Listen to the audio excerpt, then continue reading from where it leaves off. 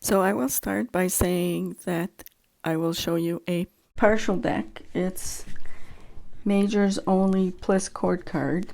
And this was a deck that I got at a conference here that we have in Kingston, Ontario every 2 years. And this is a deck from Carrie Paris. And I haven't checked, but perhaps they're the same images that have been printed in the Relative Tarot. I'm not sure. I did not get the Relative Tarot. But the style of the art is pretty much the same. Like where she took old photographs and reworked them to fit into a court card or in a tarot card.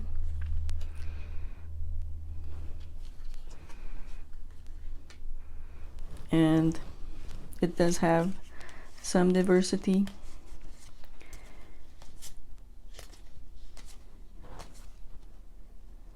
Actually, I like this moon card.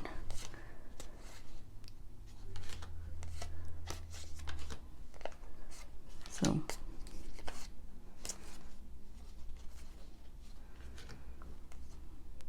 isn't this a beautiful high priestess? So I'm not sure what the name is.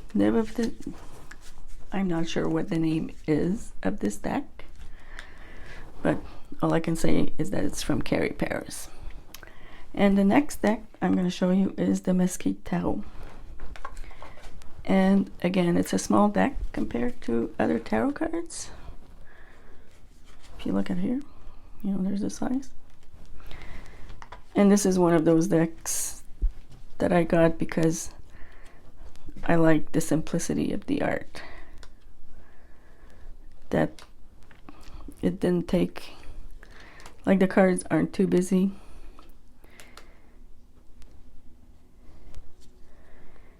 And just you have just enough information to convey what the meaning of the card is. I also like the muted colors, which are basically gray, some sort of sage green,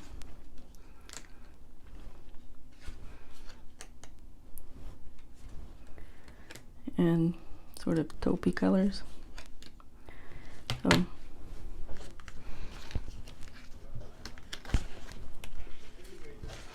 thing about this deck is it's slippery. It goes all over the place if you're not careful, as you can see.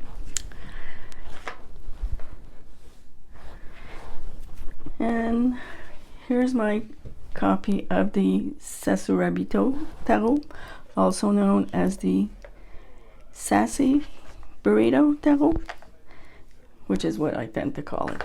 I think this is the second edition.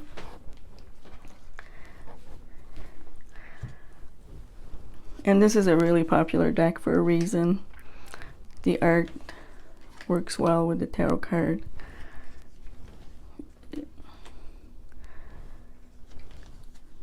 You know, it's a Rider-Waite clone, but they did a good job of reinterpreting some of the cards.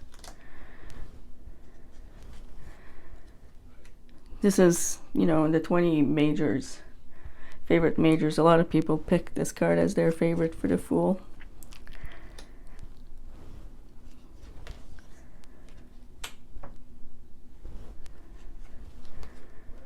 So there's the Sasuraibito Tarot. Here is another deck that took the tarot world by storm when it came out, the Dark Mansion Tarot. And this deck is a lot of fun. A lot of people refer to it as practically as a Tim Burton deck because it does have that vibe. The only thing about this deck that I don't like is the cardstock. Actually, you know, the thickness is fine, but they stick together. So I have a hard time shuffling with it. And one of these days I'll do what I've seen some people do on YouTube, which is put some powder on it to make them more slippery.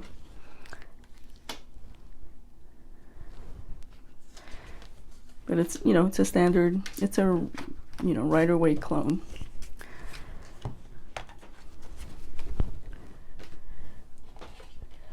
I also have this deck here, which is called the Sakki-Sakki Tarot, which is now out of print.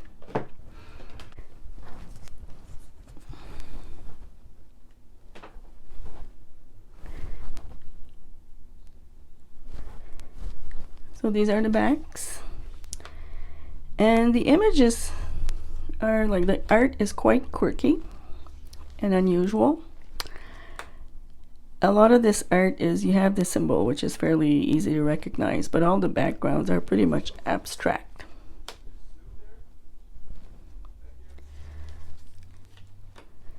But it's, you know, it's a Rider-Waite clone. The guidebook isn't bad.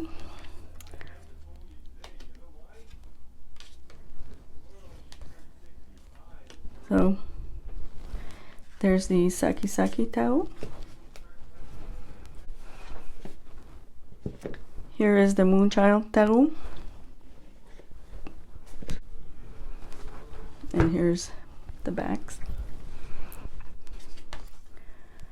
This is a collage deck. And the creator did a good job of limiting the colors, the color palette. It's pretty much in the style of her other deck, the Star Child, which for some reason I did not like. But this one I do.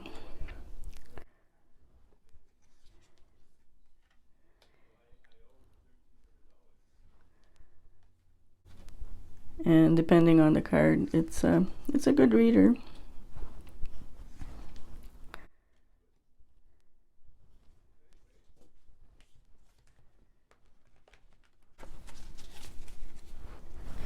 So there was the Moonchild Tarot. Here is the Considerate Cat Tarot by Madeleine Bélanger, a fellow Canadian. And this deck I backed on Kickstarter just because, well, I'm a cat lover. And I thought this deck was kind of cute. And having worked with it, I can't say it's a very good reader. Although I love the art, you know, I love the picture of the cats. But for some reason I'm not getting a lot of information out from the cards, which is too bad because, like I said, I like the designs. And you know, it's a really cute deck, and it shuffles well.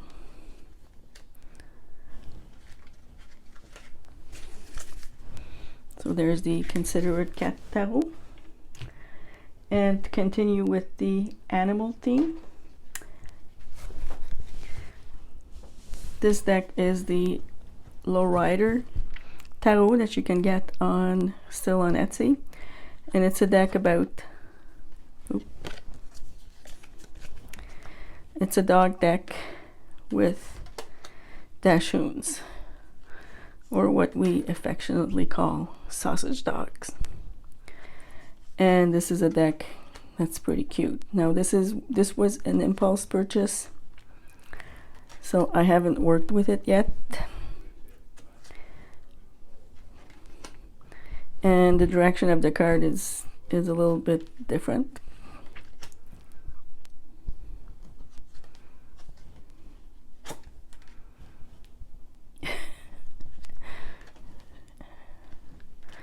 But it's really cute. So there's the Lowrider Tarot. And along with the animal theme again, is the Wise Dog Tarot that I received not too long ago. And this was a deck that I backed sometime last summer, and I actually completely forgot. So I was actually surprised when I received it. But it's another deck that's really cute. And I like the fact that they did the backs in a way that you can't tell what the reverse cards are. And again, you know, it's a Rider-Waite clone.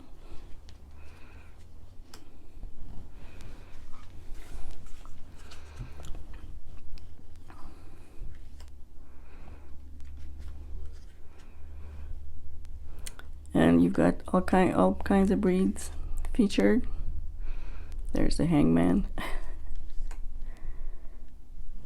I think this creator is also the same creator as the Crow Tarot.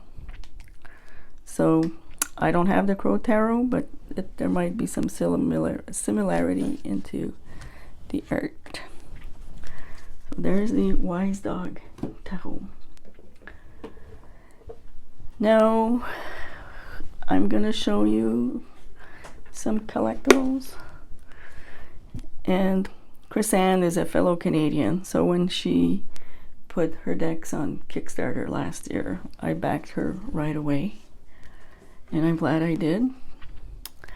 And I'm sad about the controversy that happened over the Ten of Swords, but these are the backs, and it's a beautiful deck.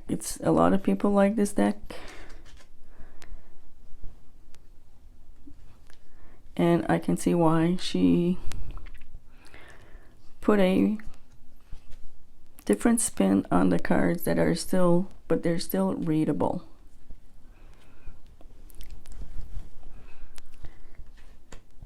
And I'm not surprised it got picked up to be mass market so quickly.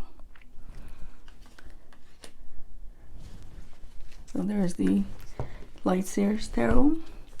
And in that same Kickstarter campaign was the Muse Tarot. And out of the two, this is my favorite.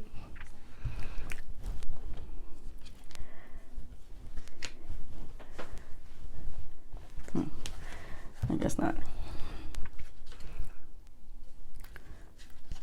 And some of the court cards are landscape.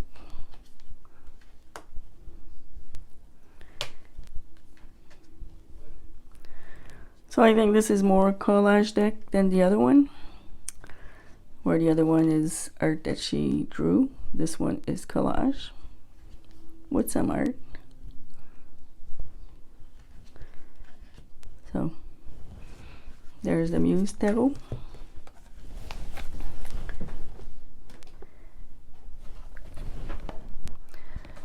And in this segment, I'm going to show you the Tyldwick Tarot. And I love the backs on these. They just remind me of a faded quilt. And this is a deck more about, like, there's no people in it. It's rooms or locations.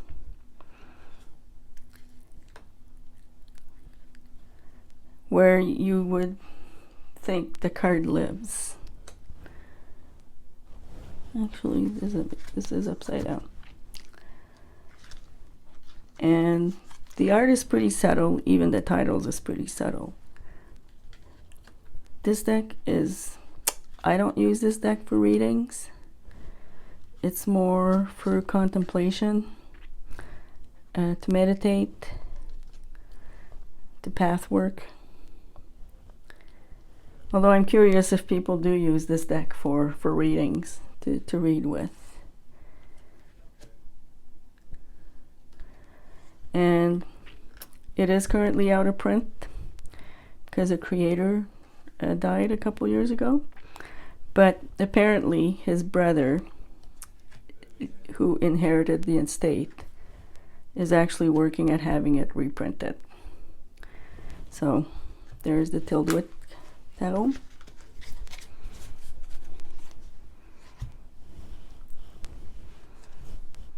And after stopping my video, I realized that there was one deck that I forgot to mention, and it is the Luminous Tarot,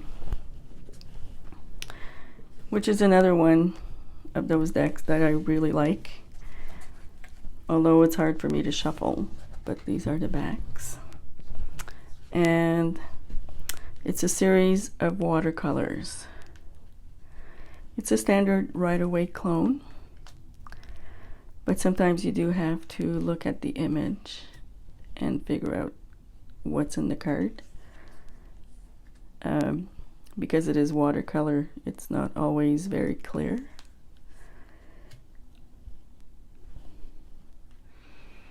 But it's a nice deck.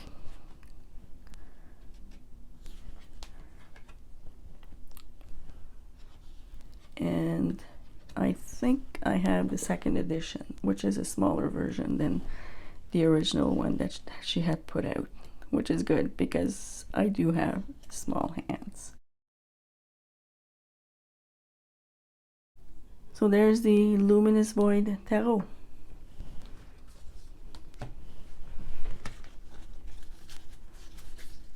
So there you have it. This was my indie deck tarot collection. I hope you enjoyed it. If you have any comments or suggestions, or even you want to let me know if you have some of these decks, or if you have a different opinion on some of the decks that I talked about, please leave me a comment. So I'll end this here by saying, have a good day, and until next time.